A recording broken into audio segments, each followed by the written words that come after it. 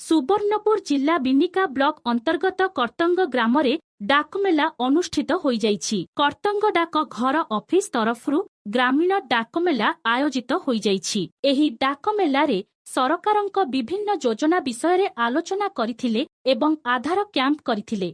एही डाक मेला रे सरकारक अटल पेंशन योजना, Sukanya Samriddhi account, postal life insurance, किसान विकास पत्र इत्यादि योजना विषय रे लोकंकु अवगत करिथिले। एही मेला रे पंचायतर शताधिक पुरुष एवं महिला योगदान करिथिले। एही मेला रे डाकघरर सुपरिटेंडेंट देव प्रसाद शतपथी, बलांगीर इन्सुपेक्टर मुख्य डाक सोनपुर मानभंजन नायक, सत्यव्रत प्रधान, महेश्वर सेनापति, अभिलाष पंडा, अरविंद देहुरी, संजय कुमार मिश्र, फिरोज महापात्र, रामशंकर दंडसेना प्रमुख जोगदेई कार्यक्रम को साफल्य मंडित करथिले।